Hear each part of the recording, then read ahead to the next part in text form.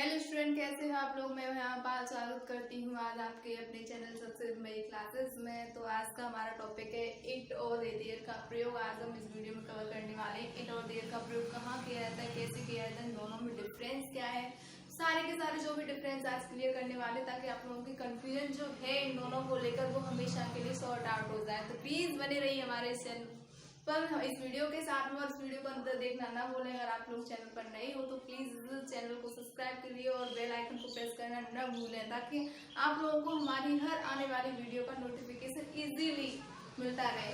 तो बढ़ते देखते हैं इट और देयर का प्रयोग। इट और देयर कहाँ यूज करते हैं, किस तरीके से यूज करते हैं। तो इट और देयर का सामान्यतः क्या मीन्स होता है, तो हमने नॉर्मली पढ़ा होगा इट और देयर का मीन्स होता है, इट मीन्स होता है यह, और देयर मीन्स होता है वह। लेकिन यहाँ पर हम बात कर रहे हैं इट और देयर के यूज की। तो देखते हैं इट और देयर का यूज कहाँ होता है। इट का प्रयोग तो प्राय समय, मौसम, महीने, प्राकृतिक घटनाओं या भविष्य में होने वाली बात को बताने के लिए हम इट का प्रयोग करते हैं। कब करते हैं? जब समय बताया जाए, कोई प्राकृतिक घटना बताई जाए, कोई भविष्य में होने वाली बात बताई जाए, ठीक है, या फिर कोई मौसम, महीने, इस तरीके से अगर टाइम बताया जाता है तो वहां हम यूज करते हैं इट का। अब इट का प्रयोग कहाँ करते हैं, तो इट का प्रयोग हम एज ए सब्जेक्ट करते हैं। क्लियर, समझ में आ रहा हो किसकी तरह करते हैं? एज सब्जेक्ट करते हैं। इसमें इट का कोई भी मीन्स नहीं होता है। यहाँ पर सब्जेक्ट की जगह हम यूज करते हैं किसका? इट का। क्यों करते हैं? क्योंकि यहाँ पर कोई सब्जेक्ट नहीं दिया होता, और जब सब्जेक्ट नहीं दिया होता और वाक्य में, देखो सीधी बात ये है, यहाँ पर मैं दोबारा से आप लोगों को क्लियर कर दूं वरना ऐसे तो कंफ्यूजन होगी, कि यदि वाक्य में कोई भी चीज बताई जा रही है, ठीक है ना, तो वहां पर अगर सब्जेक्ट नहीं, या फिर ऐसे समझ लो अगर कोई वाक्य हमारे सामने है, हमें ट्रांसलेट करना है और हमारे में उसमें सब्जेक्ट नहीं, सब्जेक्ट तो भाई सभी जानते हैं डूअर, करने वाला, लेकिन अगर उसमें सब्जेक्ट डूअर नहीं है तो उस कैसे वाक्य होंगे? तो वो वाक्य दो प्रकार के होंगे। कौन कौन से होंगे? फिलहाल इंपेरेटिव भी होते हैं जिनमें सब्जेक्ट नहीं दिया था, लेकिन उनकी बात अलग होती है, लेकिन यहाँ पर हम इनके लेके चलते हैं। तो दो ऐसे पॉइंट होते हैं। कौन कौन से? एक तो होता है इट का और एक देयर का। जब किसी वाक्य में सब्जेक्ट नहीं दिया होता तो वहां पर हम दो चीजों का यूज करते हैं, ठीक है। कौन कौन किसका यूज करते हैं? इट और देयर का। फॉर एग्जाम्पल यहाँ पे एक बार देख लेते हैं। अब 5 बजे हैं, इस वाक्य में देखो कहीं सब्जेक्ट है क्या? कोई करने वाला डूअर है? नहीं है। यहाँ पे देखो हमारे गाँव में एक मंदिर है, क्या इसमें कोई डूअर है? करने वाला, कोई कार्य करने वाला। डूअर ही तो भाई सब्जेक्ट होता है जो कार्य करता है। क्या इसमें कोई है सब डूअर? अब उस बगीचे में 10 पेड़ थे, क्या इसमें कोई डूअर है? कल वर्षा हुई, कोई डूअर है? जून का महीना था, क्या इसमें कोई डूअर है? नहीं है। यहाँ पर देखो किसी भी वाक्य में कोई भी डूअर, कोई भी सब्जेक्ट नहीं है। लेकिन यहाँ हमने देखो जब सब्जेक्ट नहीं है तो हमने किसी वाक्य में इट का यूज किया है, किसी में हमने देयर का यूज किया है। तो बात यहाँ पर ये आती है कि हम कहाँ इट का और कहाँ देयर का यूज करें, ठीक है। तो लेकिन इट और देयर का यूज करने से पहले आप जो मेन पॉइंट है उसे क्लियर रखो। और मैंने एक बार पहले भी आप लोगों को वीडियो में बता चुकी हूँ, यहाँ पर मेरी वीडियो पे आके आप लोग प्लीज रटा बिल्कुल मत करो। यहाँ पर वही लोग आए जो समझने की क्षमता रखते हैं, क्योंकि यहाँ पर मैं ना तो खुद रटती हूँ और ना ही मैं बच्चों को रटवाना चाहती हूँ। रटने वाली भी चीज है वो हमें कभी फलते नहीं है, पढ़ ही चुके होंगे, रटनते विद्या का भी फल इतना है, ठीक है। तो यहाँ पे देखते हैं क्या किसी की जगह हमने इट का यूज किया, कहीं हमने देयर का यूज किया। वो कॉन्सेप्ट क्या है भाई? जब दोनों में डूअर नहीं है, सब्जेक्ट नहीं है, नहीं दिखाया जा रहा, फिर हम किसी जगह इट का यूज कर रहे हैं और किसी जगह हम किसका यूज कर रहे हैं? देयर का। तो कहाँ हमें किसका यूज करना है? तो देखिए अब बात करते हैं इट का प्रयोग। इट हमें कहाँ यूज करना है?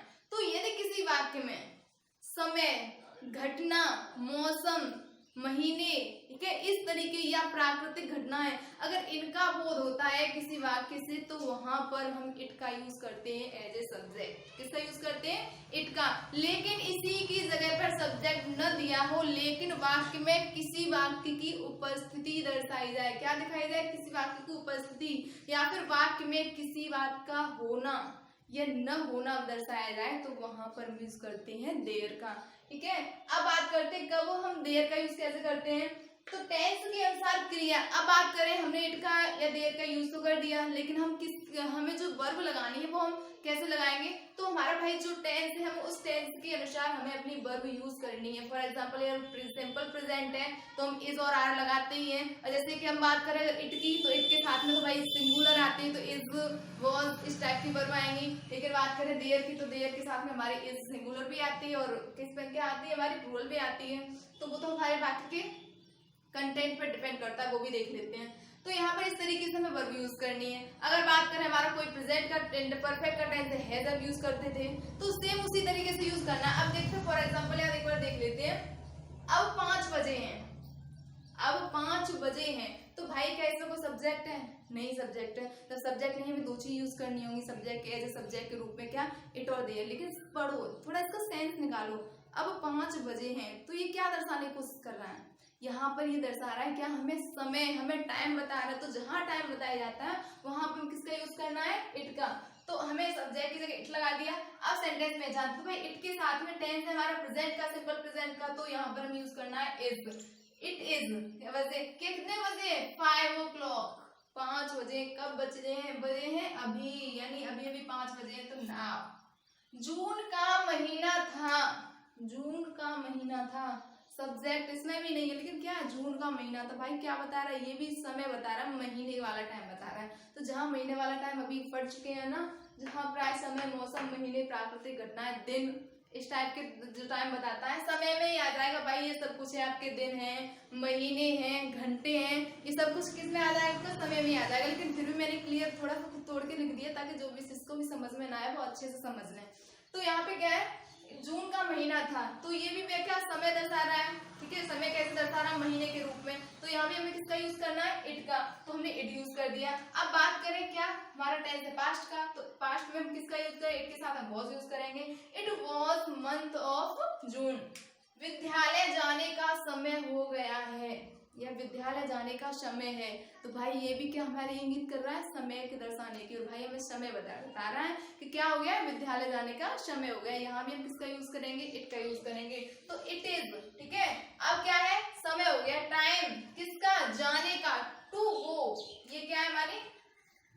टू गो इन्फिनिटिव है। अब कहाँ जाने का समय हो गया? To go to school. यहाँ पर ये हमारा इन्फिनिटिव टू है, ये है हमारा क्या? प्रपोजिशन। बात करें, कुछ लोग कहेंगे 2 बार टू क्यों यूज हुआ? क्योंकि यहाँ पर ये इन्फिनिटिव है और ये है, दोनों टू दिख तो सेम रहे हैं, लेकिन दोनों की जो पोजीशन है वो अलग है।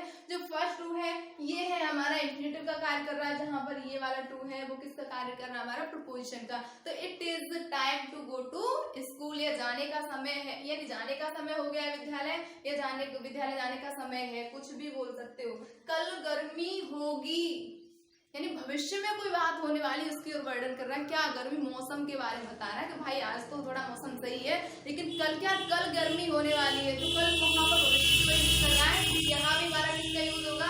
इट का यूज करेंगे। तो it will be hot tomorrow. I hope आप लोगों को समझ में आ रहा है। अगर आप लोगों को समझ में आ रहा है तो प्लीज जल्दी से लाइक बटन पर क्लिक कीजिए, ताकि मुझे भी ना और वीडियो बनाने के लिए थोड़ा सा कॉन्फिडेंस मिले।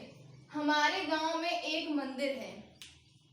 इस सेंटेंस की ओर देखते हैं। हमारे गांव में एक मंदिर है। तो भाई हमें अगर देखने तो क्या इसमें समय बता रहा है?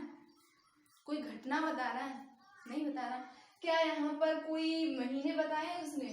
कोई मौसम बताया है? कोई भविष्य वाली बात बता रहा है? मतलब बात तो बता रहा है, कोई घटना के बारे में बता रहा नहीं ना। यहाँ पर क्या? हमारे गांव में एक मंदिर है, एक तरह से हमें क्या इंफॉर्मेशन दे रहा है हमारे गांव में। और देखो एक चीज क्या है, सब्जेक्ट कहीं है नहीं है हमारे इसमें, लेकिन मैंने एक चीज आप लोगों को पॉइंट बताया था कि जहां देयर का यूज होगा वहां वाक्य के अंत में उपस्थिति होगी। क्या होगी? वाक्य के अंत में किसी न किसी की उपस्थिति होगी। है से पहले क्या? एक मंदिर है। क्या है? मंदिर। तो मंदिर की उपस्थिति है ना, तो यहाँ पर किसका? एक देयर का प्रयोग है। या फिर हम ये किसी बात का होना या न होना पाया जाता, तो यहाँ क्या? भाई मंदिर का होना पाया जा रहा है। कहाँ? हमारे गांव में। तो हमारे गांव में एक मंदिर है, तो यहाँ पर हम किसका यूज करेंगे? देयर का। तो there is a temple in our village. बात करें देयर के साथ, हमने यहाँ इस यूज किया है। क्या यूज किया है? इस। तो इस क्यों यूज किया है? इस देखो देयर के साथ हम सिंगुलर वर्ब यूज कर सकते हैं, प्लूरल वर्ब यूज कर सकते हैं। वो डिपेंड करता है हमारे जो नाउन है, यानी वाक्य के अंत में जो चीज दी गई उसके ऊपर। अब भाई देयर हमने लगा दिया इज। अब इस क्यों लगा? अब है, तो है के साथ इस भी आएगी, आर भी आएगी। हम क्या लगाना? तो एक मंदिर है भाई, मंदिर का एक मंदिर है, सिंगुलर है ना, तो हमें लगाना इज। लेकिन इसी जगह 2 मंदिर हैं या बहुत से मंदिर हैं, तो वहां हम क्या यूज कर देते? इसी की जगह पे हम आर का यूज करते। समझ में आ रहा है ना? तो हमारे गांव में एक मंदिर है, there is a temple in our village. उस बगीचे में 10 पेड़ थे। कितने पेड़ थे? 10 पेड़ थे। कब थे?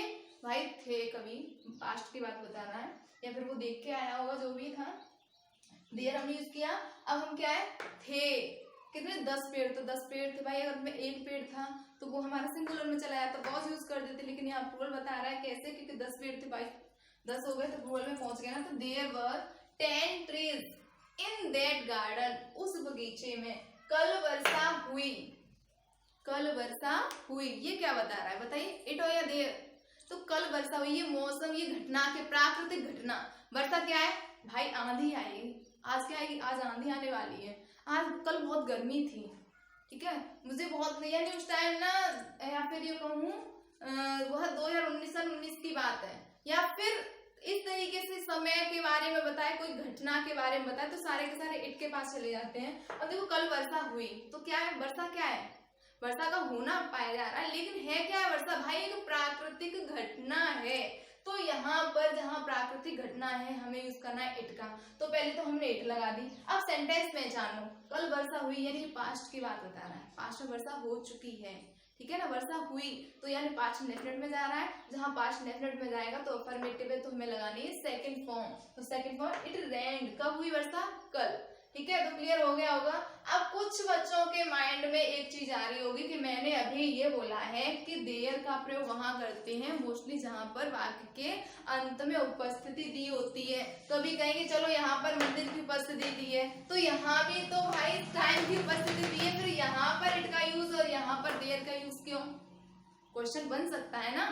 कि चलो ठीक है, हमने एक चीज आपकी मान ली कि वाक्य की उपस्थिति अगर अंत में दी होती है, किसी वस्तु की उपस्थिति वाक्य के अंत में दी होती है, सब्जेक्ट नहीं दिया होता, तो हम क्या करते, देयर का यूज करते, मान लिया। लेकिन यहाँ भी तो उपस्थिति दी है भाई, 5 बजे हैं, महीना था, ठीक है, तो यहाँ पर देखो गर्मी, तो ये भी तो है, फिर यहाँ पर हमने देयर का यूज क्यों नहीं किया है। तो इसका कॉन्सेप्ट ये है, यहाँ पर हमने इट का यूज किया, देयर का यूज नहीं किया है, क्योंकि भाई सेंटेंस को पढ़ो, उपस्थिति तो है, लेकिन क्या है, क्या दिखा रहा है, मेन पॉइंट देखो, पहचानने की कोशिश करो, समय दिखा रहा है, यहाँ पे क्या दिखा रहा है, ये भी आपका महीना दिखा रहा है, यहाँ पर ये क्या दिखा रहा है आपको, मौसम दिखा रहा है। तो जहाँ समय, मौसम, घटना ये चीजें होती हैं, तो वहां पर हम इट का यूज करते हैं। आई होप आप लोगों को क्लियर समझ में आ रहा होगा। अगर आप लोगों को कोई प्रॉब्लम है, कोई क्वेश्चन है, तो प्लीज कमेंट बॉक्स में कमेंट करके जरूर बता दिया करें, ताकि मुझे भी तो पता चले कि भाई आप लोग देख भी रहे हो या नहीं देख रहे हो, या मैं एवं ही ये वीडियो बनाने में अपना टाइम वेस्ट कर रही हूँ।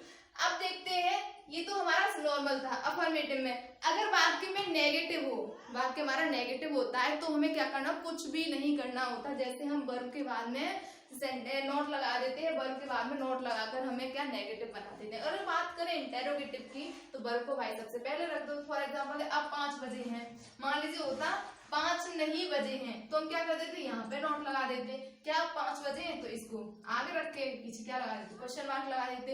इसी तरीके से हम अपने सारे के सारे सेंटेंस कर सकते हैं। आप लोगों को ये वीडियो कैसे लगी कमेंट बॉक्स में कमेंट करके जरूर बताएं। तब तक के लिए धन्यवाद। आगे आने वाली वीडियो को जल्दी से जल्दी देखो, और हाँ प्लीज चैनल को जल्दी से जल्दी सब्सक्राइब करो और शेयर भी करो, ताकि और भी स्टूडेंट देख पाए।